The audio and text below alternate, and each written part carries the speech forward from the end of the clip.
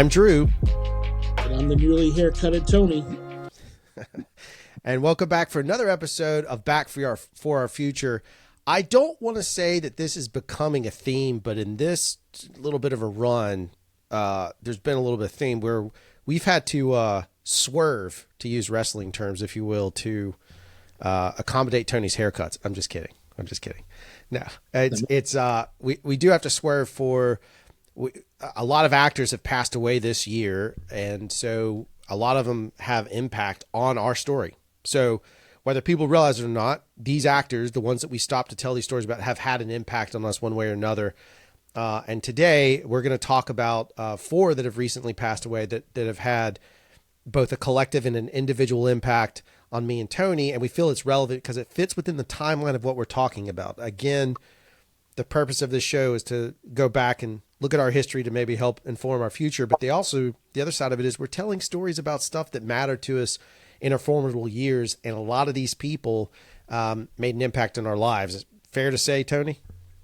Yeah, without question. I mean, you're right. It's kind of becoming a thing. We want to do the tributes as kind of a thing that we could maybe put into the episodes and maybe 5 or 10 minutes on somebody. But now they're becoming a thing where we have to do full episodes on people because the impact of some of these people are just massive. And we've got four big ones today. I mean, we'd be remiss not to mention them all since they all passed in the same week. I mean, that's mind-boggling and a bit troubling in spots too. Yeah, it is. And it's interesting, when we were off air, we were talking about, you and I were having a conversation like, a lot of these, anytime someone passes away, it's tragic for their family, it's tragic for their fans. And, everybody deals with that differently, but obviously, for the family members, it's not something comfortable and it's nothing pleasant. Like, as we've all discussed, we've all at this point, if you're listening to the show, you've probably dealt with some level of loss. But we were talking about, like, some of these are somewhat unexpected, and then some of them aren't. And that's the weird part in some of it. And one of those, it's a really interesting one, because later on it became slightly controversial, and we'll touch on some of those things. But when we get into that, one of the guys we were talking about, there was his performance as Hulk Hogan, Terry Bollea, whatever it is, Bollea. Anyway, his performance for us was as Hulk Hogan was massive. I mean, that is our childhood, and if you've listened to the show at all, you know that Tony and I are big fans of wrestling. But we were talking off air, and it's like, if you guys that aren't wrestling fans, that aren't marks, as they say, if you're not a mark, wrestlers tend to die young, whether it's tragedy like Chris Benoit, or it's just something like in the case of Hogan.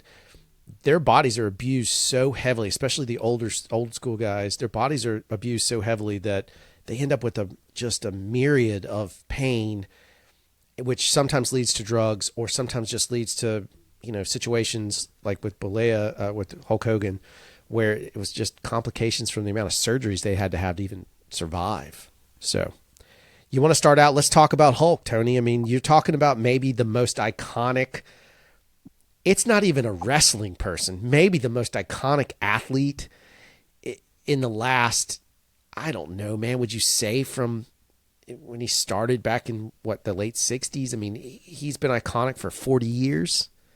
No, he's been iconic. Well, listen, I mean, he started out in the 70s, of course, and he, whether or not you watch the AWA or, New Japan or any of that stuff, he was there.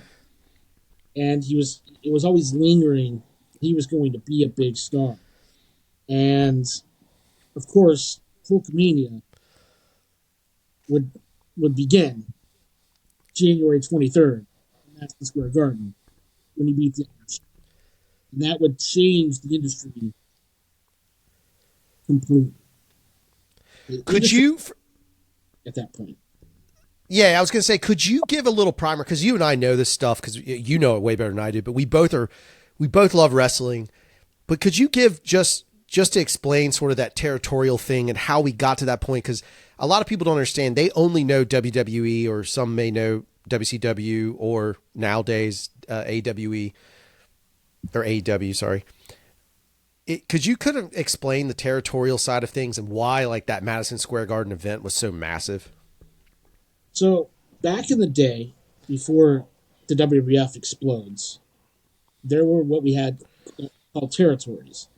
All the territories were split up around the country, and wrestlers would literally get in their cars and would drive from territory to territory to territory to territory, whether it be Texas or Mississippi or territories in Memphis and places like that. Every territory had their own stars. So, like Jerry the King Lawler was big in Memphis. The Von Erichs were big in Texas, in Dallas and areas like that. And then, these guys would get into their cars and they'd drive to other places to have matches with promoters who wanted to book them. So it was not uncommon for wrestlers to wrestle maybe 10 to 14 times a week. I mean, they would do it. A lot of wrestlers would wrestle multiple times a day. After so I mean, I would hear stories all the time about guys like David Von Erich who would wrestle in Texas, get in his car, drive to another territory, and wrestle that night. They do tapings. Some of these territories had TV shows like World Class Championship Wrestling. They had their own show.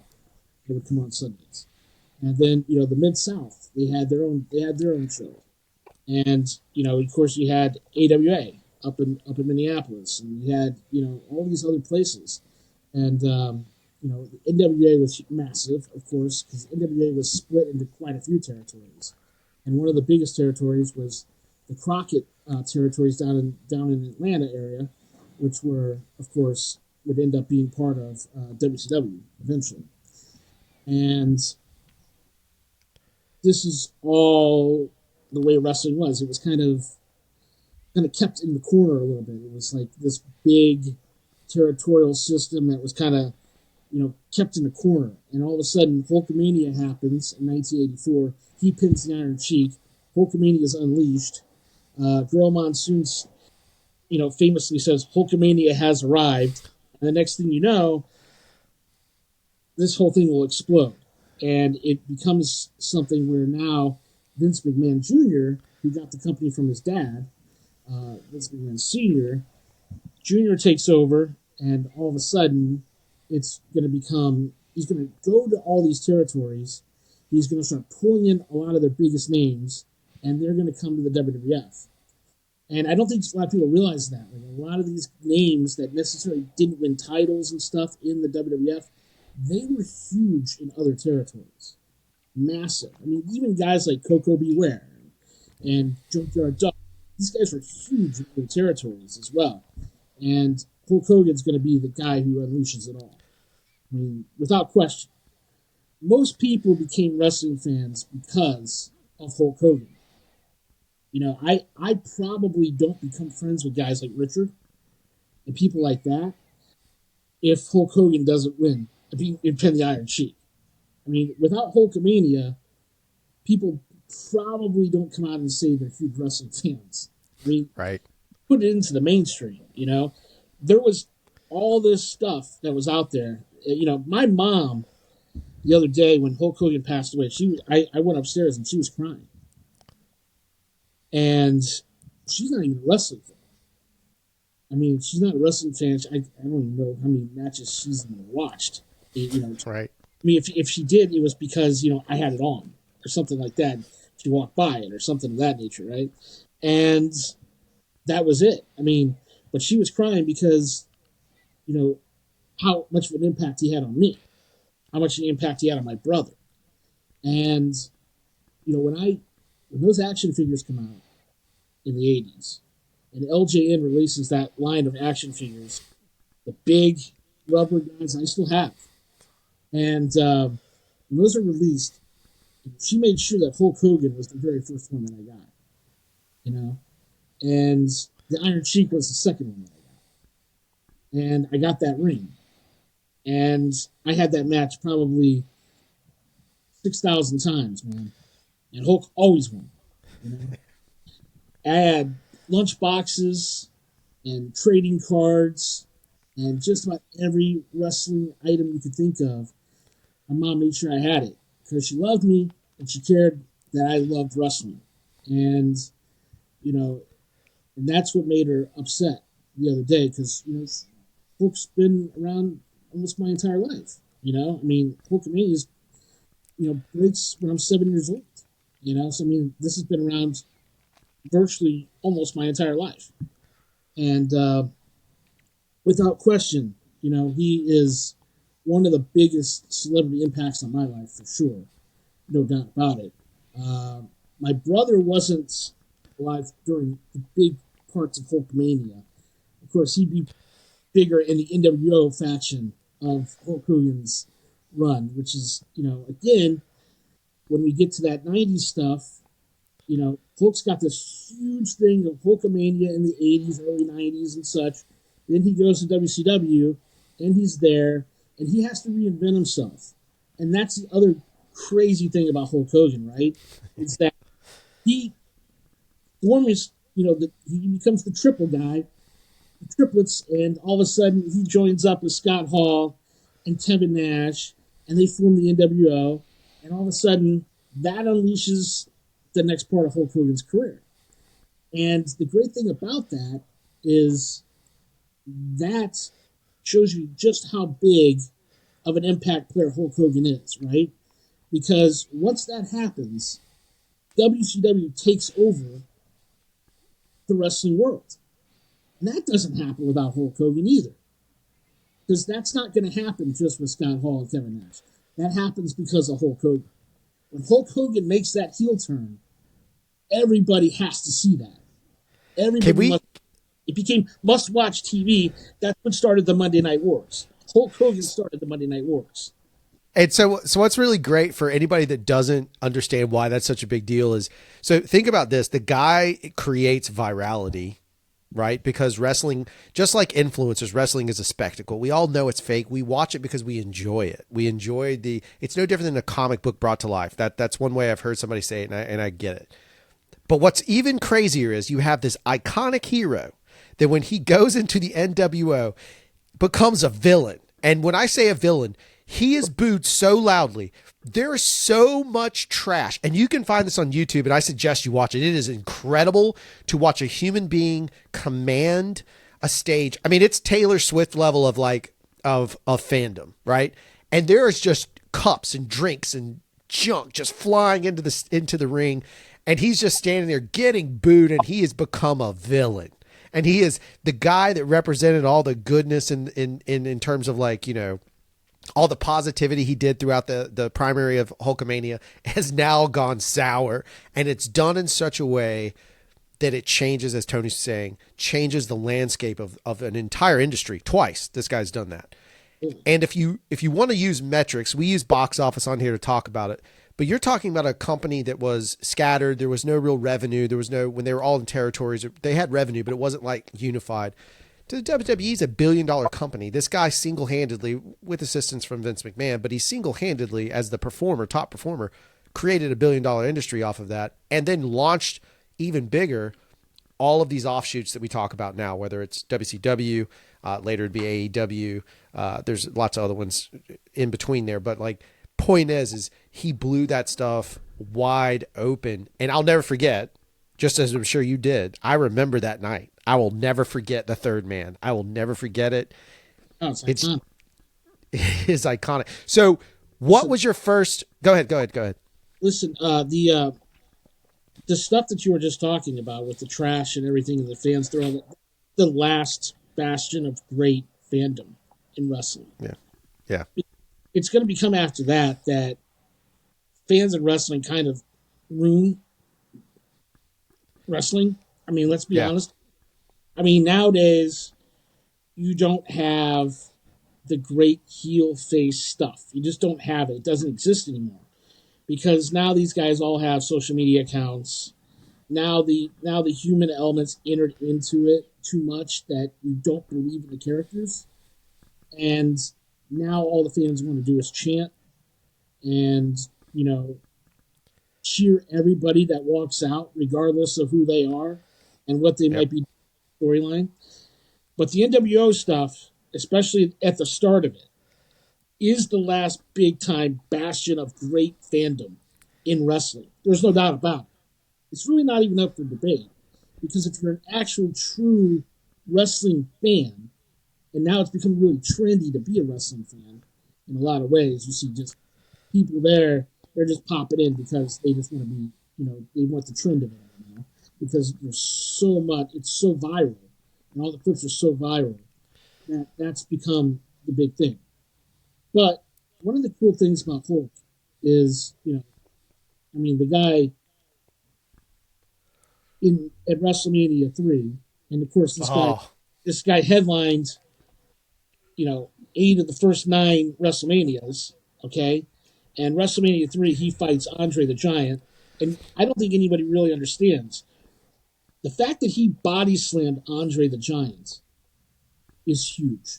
Andre the Giant had a whole thing going on where nobody could body slam him. He would pay money if he could body slam Andre the Giant, and no one could do it. And then Hulk Hogan body slams him at WrestleMania 3 in front of almost 100,000 people in Detroit, and then becomes the biggest thing there ever yep. was. And Hulkamania is running wild through this whole situation, right? You got rock and wrestling, and you got cartoons, and it's all just everybody's just going nuts. And the celebrities are out, and the Cyndi Laupers are there, and the Liberace's are around, and the Bob Ukers, and everybody's around. Muhammad Ali, everyone wants a part of it, right? And they're all popping into WrestleMania, and then, and I remember this very vividly. February 5th, 1988 happens. Friday, February 5th, 1988. And I remember exactly where I was because we were living in New Jersey at the time. And I was sitting down to watch this match in our playroom in New Jersey. You walk up the stairs, you immediately go to the left to this huge playroom was there. And it was very reminiscent of the room I had in Mobile, Alabama, where it was like long like that, but it was bigger. And we had this big, giant brown pit set that was kind of in a U shape. And I would sit in the left side corner of it because there was more room over there, and I liked it. And I'd sit in the corner section. And I turned on the main event to watch Hulk Hogan wrestle Andre the Giant. And that was the night that Andre the Giant would belly to belly suplex Hulk Hogan and go for the pin. And that damn Hebner, even though Hulk Hogan got his elbow up, got his shoulder up, counted the 3 count. And I remember that happening. And I still remember that happening. And I cried more that night as an 11-year-old. I cried more that night. And I'm not kidding you, this is a fact. I cried more that night than I have at some of my family, certain people in my family, certain friends. I cried more that night than I have at some of my family and friends' funerals. Just tell Right. fact.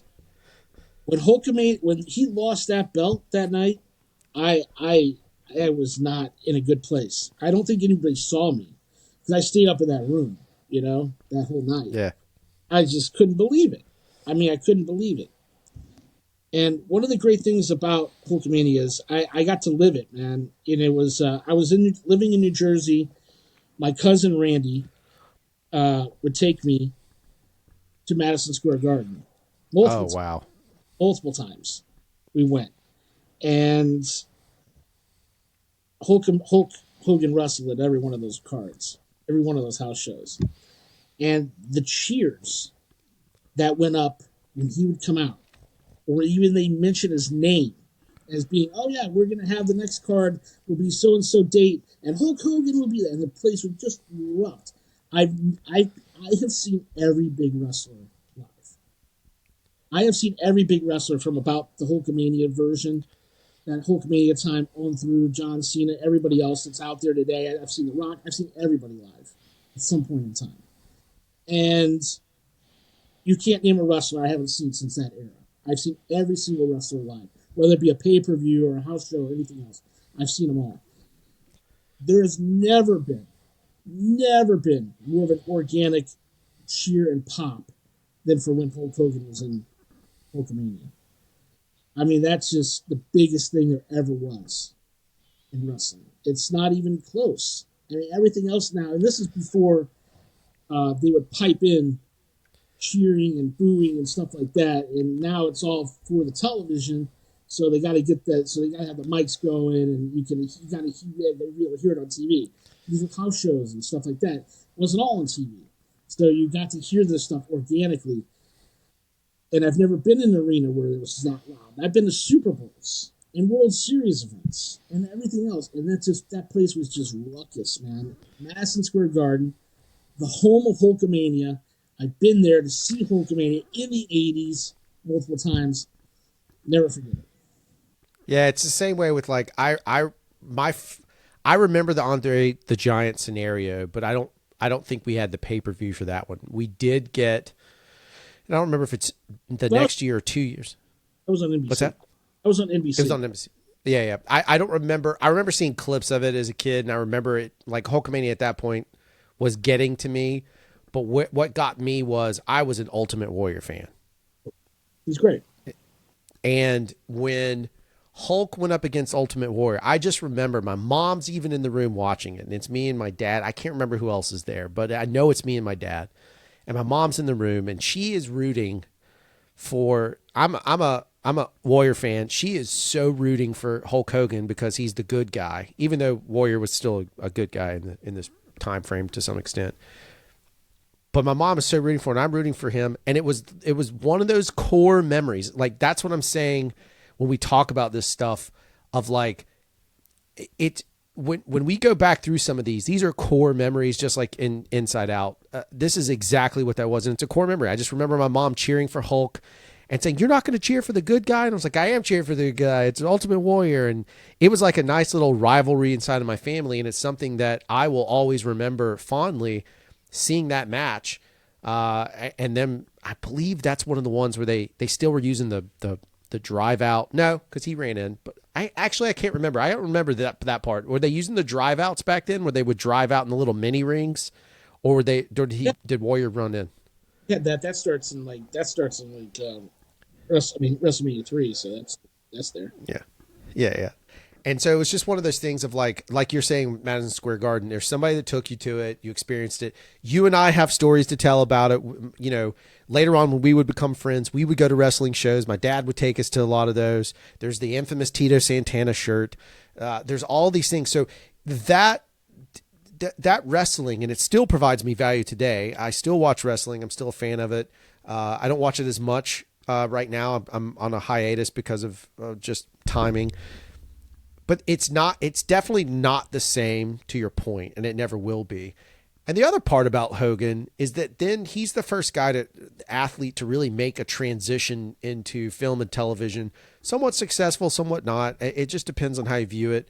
Some of his stuff was campy as all heck, like Thunder in the Bay or whatever it was. Thunder in Paradise? Thunder in Paradise, thank you. But at the same time, he made the transition that all those guys are trying, that The Rock did, that Stone Cold tried. I mean, The Miz has tried. All these wrestlers have tried. And really, you know, Batista has even tried, and he's tried to become a real bona fide. And he's done well, but he's got some other movies in the can. Point is, Hulk is the one that really kind of launched that entire side of it too. So yet again, he flips another industry and says, "Oh, we can take an athlete and flip him into this other direction," which I think is always something to be said about his legacy. Is the guy always did something unique. Well, the very first sleepover I ever had at Rick Rowan's house was the No Holds Barred movie and match pay-per-view, which happens in December of 1989. We don't become really good friends until him and I don't become really good friends until October 13th of 1989, when my mom gets WCW tickets for me and a couple of my friends that were sleeping over to celebrate my birthday. And I happened to run into Richard at that event, and with another friend of ours, Ben Latin. And I see them, and I'm like, "Richard, you're a wrestling fan?" He's like, "Oh yeah, I'm a huge wrestling fan." And that's when we became instant friends. Because if you could find people that were wrestling fans, you held on to them. Yep. Because there weren't that Yep. many. You didn't run across too many people that actually wanted to admit they were fans of wrestling. So, I mean, that was one of the first things there is. I mean, No Holds Barred, I remember taking my grandmother to here. I was staying up here while my parents were moving from New Jersey to Alabama, moving our house from New Jersey to Alabama and moving our stuff. And I was staying with my grandparents when it happened. And so basically, I stayed with my grandparents for almost the whole summer. My grandmother and I went to a bunch of movies together throughout the summer, and my grandfather went as well. And she went to go see No Holds Barred with That's great. me. And yeah, we had a great time. And I mean, I remember them making that transition and stuff. And I liked all those. I liked all those movies. I mean, they are what they are. And I enjoyed Suburban Commando and all those great Mr. Nanny and all those other great movies. And of course, his great turn in Rocky 3, which is amazing. Yep. Before any of that even happens, I mean, but he's not the lead in that, obviously. Sylvester Stallone is, but yeah, I mean, he's remarkable, man. I mean, he's the best. That's what makes me so sad, and that's what makes me so sad when the guy passes away and you get this like deranged death cult of people that decide that they're going to celebrate the fact that he's dead. Like they think it's a good thing that he passed away. Right. And I get a little sick and tired of garbage like that because I don't wish death on anybody. And these people, they need to find Christ in the biggest way possible. Because these are the people that sit around in their house with their gold and silver crowns on their head. And they've never committed any type of transgression whatsoever of any Right. kind. These people need to, and if you're one of them, if somebody's one of them, get up right now, go to your bathroom, take the long walk to your bathroom, clean your mirror really, really, really well because you haven't seen it in a very, very, very long time, and take a very hard look in the mirror at yourself. Because if you're wishing for somebody to be dead and you're happy about that, like you're some deranged death cult member, you are the problem. You're the issue, not him. Because the guy apologized for anything that he's ever done. He found Christ, and he's absolved of his sins. But you cheering for him to be dead, you got some work to do. That's just it. That's all there is to it. I don't care if he said some words in his house. It doesn't bother me. He cheated on his wife. Well, guys, I hate to tell everybody this, but we have a 55% divorce rate in this country. Okay? 42% divorce rate on first marriages, 65% on second, 75% on third marriages. Pretty sure most of that's because of cheating. Okay? Or quite a bit of it is because of cheating. All right? It happens. Get over it. But what's the biggest transgression he's committed? Be honest about it. The biggest problem people have with him is that at the Republican National Convention, he decided to rip off his shirt and show he's a Trump supporter. That's his biggest problem. That's what people have a problem with. And they can do whatever they want to, and they can feel however they want to about it. I don't really care. But to hate somebody over politics is just the wrong way to be.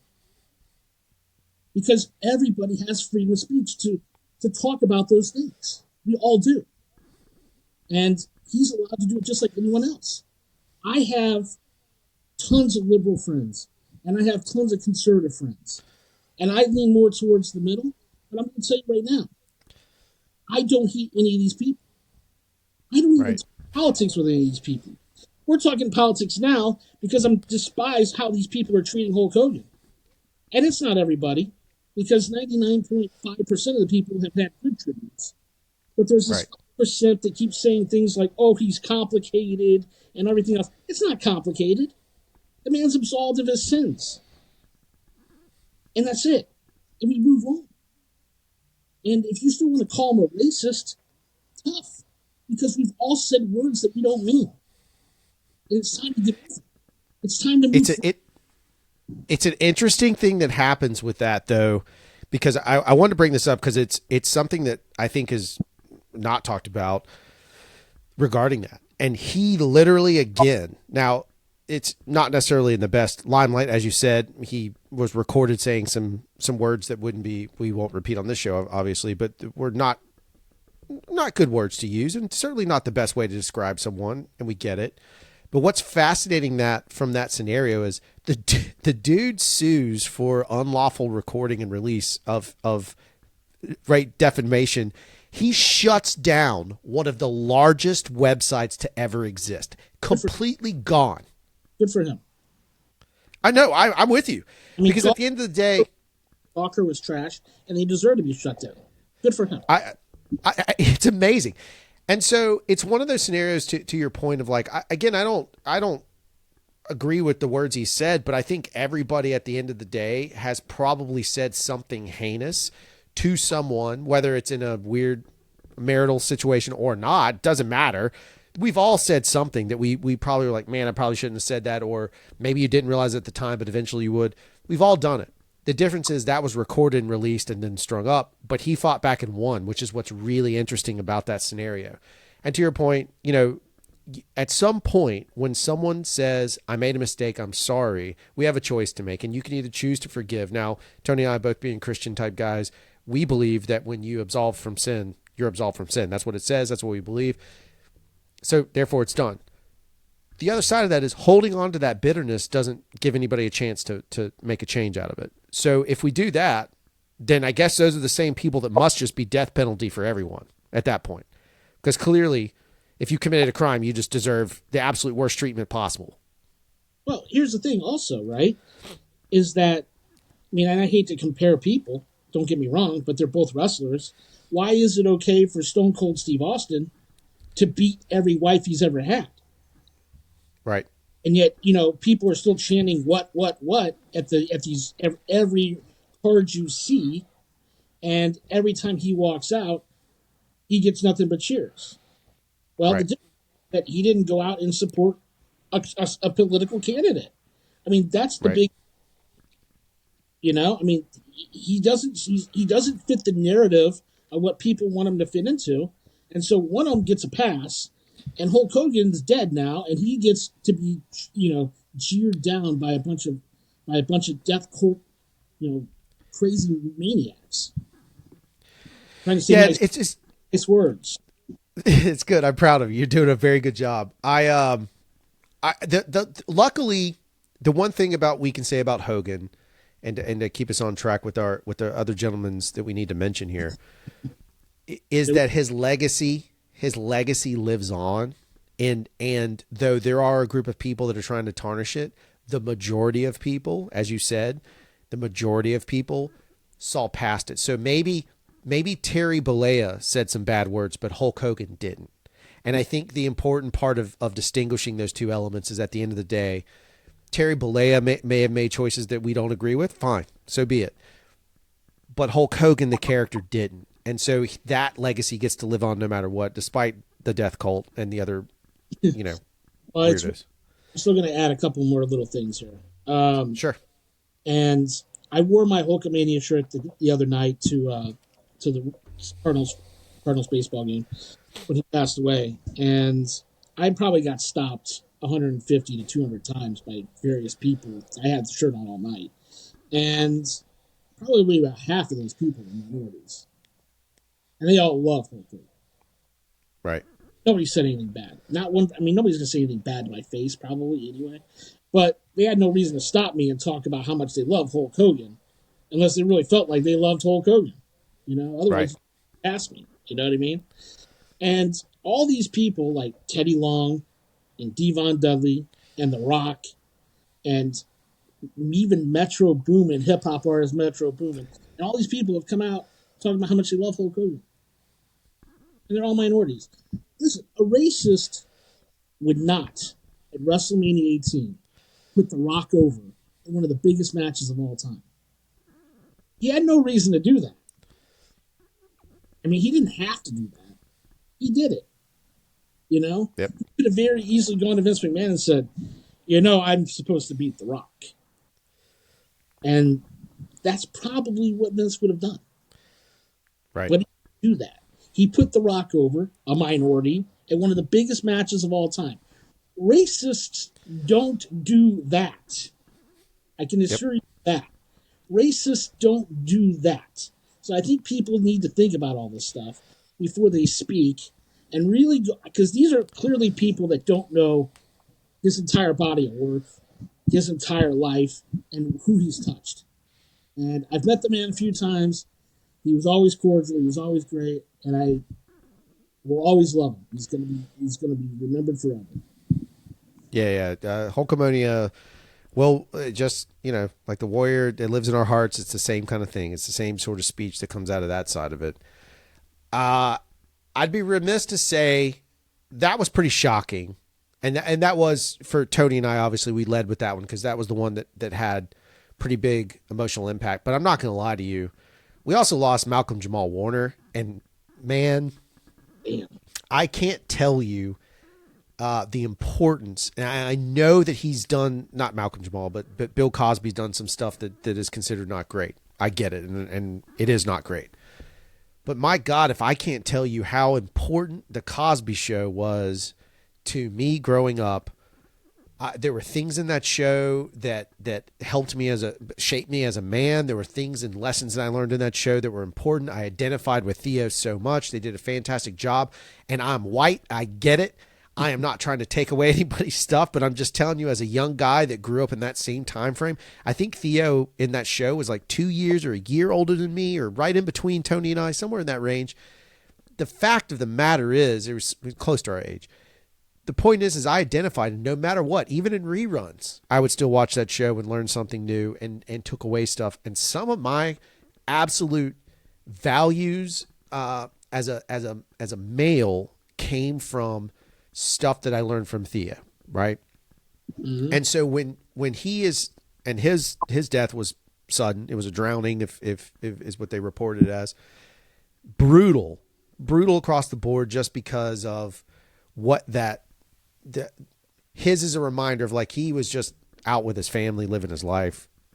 His was not one that he had like a wrestling career where you take so much damage and your body just, you have multiple surgeries. You always run a risk into surgery. His was not that. He drowned.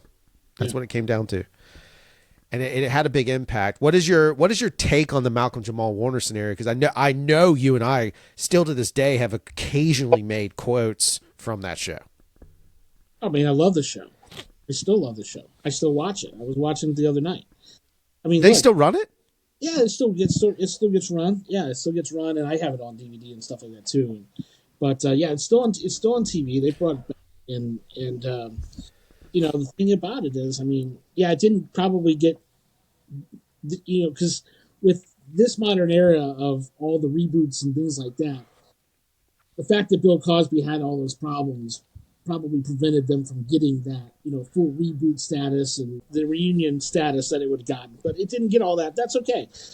Instead, we're left with the first run of the show, which was quite amazing. And I mean, I remember Bill Cosby back in the day, of course, doing his stand-up. And the first night that show came on the air, I was like, oh my gosh, this is like based off of his stand-up. It really is. And remembering all these great gags from his stand-up. And I had a lot of those albums and stuff like that too. And my favorite character, far and away, was Theo. I mean, he's the best character. My favorite kids are Theo and Rudy. I mean, they're the best. They're the best kids. They all have their own things, right? I mean, like, Sandra's not supposed to be very funny. She's supposed to be the one with the head on her shoulders, and people kind of play off her and things like that. But Theo is just, without question, always the one that I could relate to the most. Obviously, you feel that way, and of course, being guys, it made more sense. But yeah, I mean, even like the episode where he gets the ear, I had yes, dude. I mean, the Gordon Gartrell shirt and all these classic episodes, and yeah, it would have been fun to see them get a reunion. at some point in time, and obviously there are circumstances that don't allow that. And again, I it's a TV show, and there are literally hundreds of people that work on these things, and you can't impugn an entire show because of one person's transgressions. You just can't do it.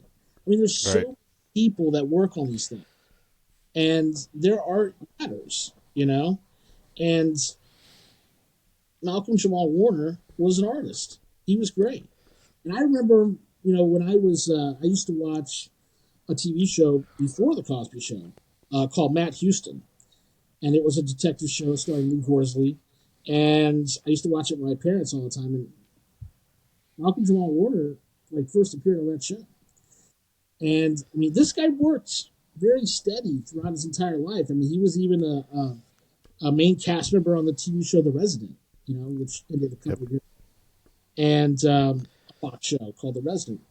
And yeah, I mean, Malcolm was a great actor. I mean, I loved him in Drop Zone with Wesley Snipes. But the Cosby Show is, and you and I have quoted this show so many times in our friendship. I mean, to me, it'll always stand as one of the all-time great sitcoms. And Theo Huxtable will ever be one of the great sitcom characters. I don't know where he stands on the list. It depends on who you ask. Maybe he's in the top 10. Maybe he's in the top 50. But he's on the list somewhere because he's absolutely amazing. And he was for the entire run of the show. Yeah, there's no doubt. And didn't he do a sci-fi show after that? Didn't he have a not? Didn't he do? And he did another show. Read Between the Lines and The Resident, and yeah, he's been on tons of stuff.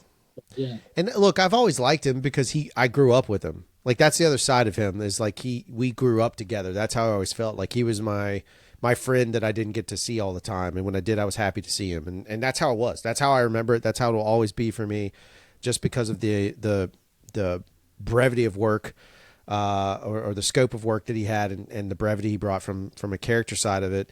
And again, Tony and I still make these little references, these little nods. Most people, it's lost now, but not to he and I. They mean something to us. These little jokes, and certainly like I said, it's one of the ones that when I heard that I was pretty devastated by it because it was it was a sudden one, a shocking one, and for him it sucks. It's one of those things of his family has to deal with that side of it. So again, I hope the very best for them, and I hope they're recovering well from it. And that's another thing. This age of crappy people on social media. As soon as this came out, you had these dumb people that automatically assumed the guy was drunk or stoned or something, and he drowned that one. Give me a break. Right. I mean, it's got to stop. I mean, at some point, the deranged death cult of human beings is just got to. You just got to stop expecting the. It's sad that their lives are so empty that they have to expect the worst out of every single human being that lives. You expect the worst out of every single person that lives. It's really kind of depressing. It is. It very much is. It's it's a travesty. What I have not seen, you take these two guys and people make those assumptions. What I have not seen, and partly because I've seen some complaints, but it's a little bit different, is because we got to see a sort of a farewell, which is we also lost Ozzy Osbourne, right? And that one's wild just because, that's 3 weeks after his farewell concert type scenario. Obviously, we all saw, everyone's seen the footage to some extent online of, he was worn down. I mean, again, another gentleman who had, from performance, abused his body over time. Some of it drug related, we know that, alcohol related, but some of the stuff came from him falling and breaking a hip. And it was just a lifelong struggle with pain and other stuff that came from that, and complications and other surgeries and all this stuff. And I'll be the first to say on this that while I was a fan in the sense of I appreciate it, I was never a diehard Ozzy Osbourne fan. I appreciate Ozzy Osbourne. I appreciate Black Sabbath. Certainly as a metalhead, you can't not appreciate him. not the stuff that I ran off to and jumped into. Like, it wasn't the music I was obsessed with, but I appreciated it, and I learned to play a lot of their songs on guitar just because they were accessible to me. Not the solos, of course. I sucked at that, but I did learn those. What you know, Ozzy to me really blew up in our minds. As odd as it sounds, he blew up and again reinvented himself when he did the Osbourne show, and then all of a sudden everybody has access to this dude who's been presented as the Prince of Darkness, and now he's just this. He's just a dad doing dad shit. I mean, that's all it comes down to. It's just the most straightforward human being. And I think that reinvented him and really endeared him in the public's eye, which is also fascinating. Well, Ozzy, I mean, I loved Black Sabbath as a kid. I ended up with a couple of Black Sabbath albums, Black Sabbath and album Paranoid, Master Reality. I had those albums as a little tiny kid, and Paranoid was unbelievable.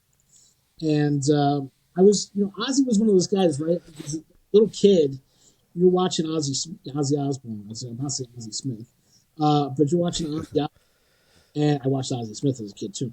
But Ozzy Osbourne, you're watching him, and all the stories that are coming out about him, biting off the heads of bats and things like that. You're just like, you don't know what to make of it, and he's a little intimidating. You know that his persona was a little intimidating. It was like, as a kid, you're trying to wrap your brain around, the Prince of Darkness, Mystique, and everything else. Like, is this guy a good dude, or what? And he is a good dude, and it's all a show. And you just got to be able to go along for the ride. I just remember, and by the way, Ozzy Osbourne had a big. Of course, he gets inducted into the WWE Hall of Fame as well, and he, played a big part in WrestleMania 2 for the British Bulldogs when he teamed up with Captain Lou Albano and helped the British Bulldogs beat Greg Valentine and Brutus Beefcake. He was not the barber at the time, but Brutus Beefcake. And so he plays a big role in wrestling as well. But I just remember as a kid, while Hulk Hogan was my favorite singles wrestler, my favorite tag team was the Road Warriors. And they would come out to the song Iron Man when they were in NWA and AWA. And that, when I heard that song played on television, I knew who was coming out. And I knew what they were going to do. And I knew they were going to destroy whoever they were facing. And it was just absolutely beautiful. And so I was a really pretty big Black Sabbath fan. I was a fan of that band, very much so. And Ozzy's solo career, I always liked Black Sabbath, maybe a little bit more. I liked it in that band more than I did necessarily his solo stuff, but obviously Crazy Train. I liked a lot of his. We're mostly known for being a '90s show, and I did like this albums No More Tears and Osmosis. Mom Coming Home is a great track, and of course Crazy Train's unbelievable. And every time I think of that song, I think of my buddy Brian Pitt and I. In 2018, we were staying in the Battery in Atlanta doing the movie, and we're sitting right next to the stadium. And they were having a Chipper Jones bobblehead night, and it had a chip in it, and if you push the button, it played because Chipper Jones would come to the plate to that song, and so we would hear it. So I had him and I when I got 19. And so they played Crazy Train. It's pretty awesome. Yeah, Ozzy's one of a kind, man. And who he was as in his prime musician, and then the Osbournes just completely reinvented him, like you said, into this whole different aura of human being. And you know, we know he's not the easiest person in the world to live with. I mean, of course, the guy did every drug in the book and did everything to his body he could and got the most out of 76 years, no doubt about it. Yeah, it's also like a lot of times even just stuff that was associated with him, like Ozfest. I believe it's our buddy and fellow listener Dale Boyd that tells this insane story about Ozfest, where they were at an Ozfest in Ohio, and Marilyn Manson's playing, and he says, "Hey, if you want to make it rain, spit into the sky," and all these people are spit. Oh, it's just, and it turns into a riot. And Dale talks about the mom that dropped him off comes up in a minivan, and they all get thrown into this car and drive away or whatever. But even like the Ozfest side of stuff, that introduced and opened up a lot of like metal bands to a bigger circuit. So you started to see this interesting thing like we experienced at Louder Than Life, where you have a lot of old school metal fans, like older people, older than Tony and I, that are enjoying a lot of these bands. But then it also brought in a new generation. So you get this beautiful mix at that kind of event where you get this hybridization of like Ozzy might be drawing in those Black Sabbath fans, those Ozzy Osbourne fans, but it was also bringing in acts like Slipknot and some of these other bands that are like on the verge, on the edge of breaking out, and now they're getting to play shows, and it goes wild. It makes an impact on music. I read something, and I've not confirmed this, but I read something that his last show generated some unbelievably high number for some charitable organization. I can't exactly remember what it is. But even in that matter, the guy's playing his last show and they still generate a tremendous amount of charity to give away, to honor it, and to honor the legacy of him. Even as wrapping out, we're all like, hey, I think all of us were kind of prepared based on how we saw him, but it's still not. It is a legend, that someone that made him. Again, we talk about the importance of music and how it resonates forever.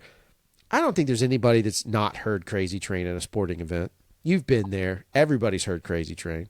So that guy's song is now iconic for so many sports moments, and in those sports moments, you could have a family sitting together. You could have friends together. You could have whatever it is. You could have bobbleheads. It doesn't matter. Point is when you've written something, a piece of music that gets played over and over again. It's not like they play movies at a baseball game. They play a song. It just carries that much more impact. And I think it just, his stuff will stand the test of time. I hate that he's gone, but I think the catalog this guy leaves behind, the legacy he leaves behind is fascinating. It's awesome. And it allows a lot of us to keep enjoying it. And we're fortunate, if you are a fan or you're a fan of music in general, we're fortunate that we have so much to listen to. We talked about last week Jeff Buckley, who we only get one album. And this guy, we get a catalog. And so, we're all very fortunate on that side of things. Is there anything else you wanted to add about the Ozzy side of stuff? No, I mean, I had been to, because you brought up Ozfest, and I'd been to a couple Ozfest because it would come through St. Louis and stuff like that, and been to see them there. Yeah, I mean, just a one of a kind performer, and I didn't get to see him as much before Ozfest. I'm still not, he was really huge in the '80s and stuff like that. But yeah, one of a kind performer, no doubt about it. Will be missed, and I think he got the most out of his 76 years, no doubt about that. And then everybody at first was like, it happens in threes. Who's the third man, which is ironic for Hogan. And yet there's a fourth in this case, which I think if you're a music fan, if you're not a music fan, you may recognize the name, you may not. But then we step into another realm when we start talking about, we get into Chuck, is it Mangione is how to say it correctly? Yeah. I know the name, right? And I know the songs after I did my research, but wasn't necessarily, but in doing my research, the guy, again, why it's important is because he changed a lot of musical stuff. He added a lot of value to music, certainly in the jazz spectrum. But what do you have on him? Because obviously, I know you're a fan. I know that for a fact. You've talked about it. So what is your take on that? Huge Chuck Mangione fan, and his brother Gap Mangione as well, and they were the Jazz Brothers. And the thing about them, and the thing about him is that he was one of those guys who could make the crossover, right? I mean, it's pretty hard sometimes when you're labeled a jazz musician. you're pretty much a jazz musician. You don't really get to cross over that much into the realm of being like a top Billboard person or in the top 100 and all that. You're not getting a lot of those types of artists on that list. But he's one of the guys who was able to do it. And when he released the song "Feels So Good" in 1977, that song is iconic. Now, if people are on this show and they're listening and they don't know what I'm talking about, all you got to do is go wherever you listen to music, YouTube, wherever it is, and type in "Feel So Good" song, and this is going to come up. And I promise you've heard this song somewhere, whether it be on King of the Hill, because he kind of reinvented himself too, getting a character on that TV show, King of the Hill, and he would be on there every once in a while. And this was a top 5 hit. Back in 1977. I've been listening to this song my whole life, literally my entire life. And my parents were big into jazz and amongst other music that I have. And these types of albums I grew up with, and I had them in my collection because they gave them to me. And it's funny because I, go to the pool a lot of times with my parents and my mom and stuff like that. And I bring out my phone and my speaker and I'll a lot of times play playlists and things of that nature. And there is a Chuck Mangione channel that plays like his entire catalog, and I routinely turn that on in the pool because I know everyone's going to be good for this. And I love his music. He also did the theme to the movie Cannonball Run. That was him as well. He was that big. I mean, he was that big at the time that you could get those types of things and those types of jobs. And was always really good with his fans. If you go to his website, he's got some letters that he wrote his fans back in the day. I always like to look at them every once in a while. It's like there's a letter on there from like 1972 that he's handwritten to one of his fans. Very long letter. It's very nice. And he was known for being that kind of gentleman and that kind of nice guy. And when I heard he passed away, I mean, he was 84 years old, so you're talking about a guy who's lived a longer life. But very sad because that song feels so good, and he's got a really great catalog. I'm focusing on that song because it is his biggest song, no doubt. That song is the kind of song you can just turn on driving around on a Friday night, driving around on a Saturday during the day, swimming in the pool, sipping a cocktail, whatever. It just makes you feel so good. It's titled that way because the melody is so positive. You can't possibly think negative thoughts as you're listening to it. Right. That makes him an artist. That's what makes him great. And that's why I was very sad when he passed away. Yeah, it is definitely it's another one of those scenarios of like, as you said, I mean, 84, good run, created a huge hit, shifted the landscape of music to some extent, made an impact, all of those things. And that's kind of why we do these tribute bits, is we do those to say, hey, look, these are people that on the street would have been anybody else, but they weren't. These are individuals that by working hard, putting in the effort, believing in themselves, taking their vitamins, eating their Wheaties, whatever it may be, these are all individuals that made an impact one way, shape, or another on this world or for this world and in this world. And I think it's always important for us to just take a little reflect. On a show that focuses on talking about the past, we can't be remiss of those that expire at some point, whether it's tragic or natural causes or complications. It doesn't really matter. It's more for us. I think it's important for us to look back on those lives and be like, man, what was the greatness that they brought? And if we look back on anybody that way and we just say, hey, look, what's the greatness that they brought? What value did they add? That's awesome. But it's also a great testament for us. Maybe some of us don't have brand names, but we did in somebody's life. You may not be in everybody's life, but you did that in somebody's life. And I think if we can look back on some of these metrics and look at some of the good they did and go, you know what? I'm going to do that. I'm going to donate $1 to charity or $2, or I'm going to give somebody an uplift when they're down, or I'm going to make somebody smile, or whatever it is. If we kind of consider that same element and we think about that, then we have that same chance to do the same thing and help honor anybody's memory that's been passed. Well said.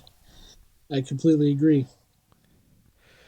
All right, next week we're back to, God willing, please. We're back to our regular, our more traditional scheduled show. Super excited about next week. I'll give you a little tease. Title name is "We're the Natural Born Killers of Podcasting." That should give you a little tease into it. So we'd love for you to join us back here. If you've not followed us or given us a review even on any of the podcast platforms you listen to, whether it's Spotify, YouTube, Apple Podcasts, wherever we are, we always love your feedback. We're always here for it. You can also follow us on Facebook, is the most interactive version of that. Tony posts some great stuff in there. We find weird stuff. I don't know. Did I ever send you a picture of the Carmike Cinemas reward card that is sitting on the floor? Is where I last saw it, of my living room, that one of my children uses as a credit card. I don't have that. No. I still have. I have a Comcast, a Carmike Cinemas reward card. I will take a picture of it and post it. That's great. Yeah. So I did it. All right. So with that said, if you have anything else, Tony, I'm going to give you the last word. February 5th, 1988. One of the worst days of my life, without question. We've already established that. But think about this. Before wrestling became very viral, and before social media and all the clicks and everything else that happens, that match was viewed by 33 million people. It was a record in 1988, and it's a record in 2025, and it's never, ever going to be broken by another wrestling match. Hulk Hogan lives forever. Hulkamania will run wild forever, and we love him. Peace.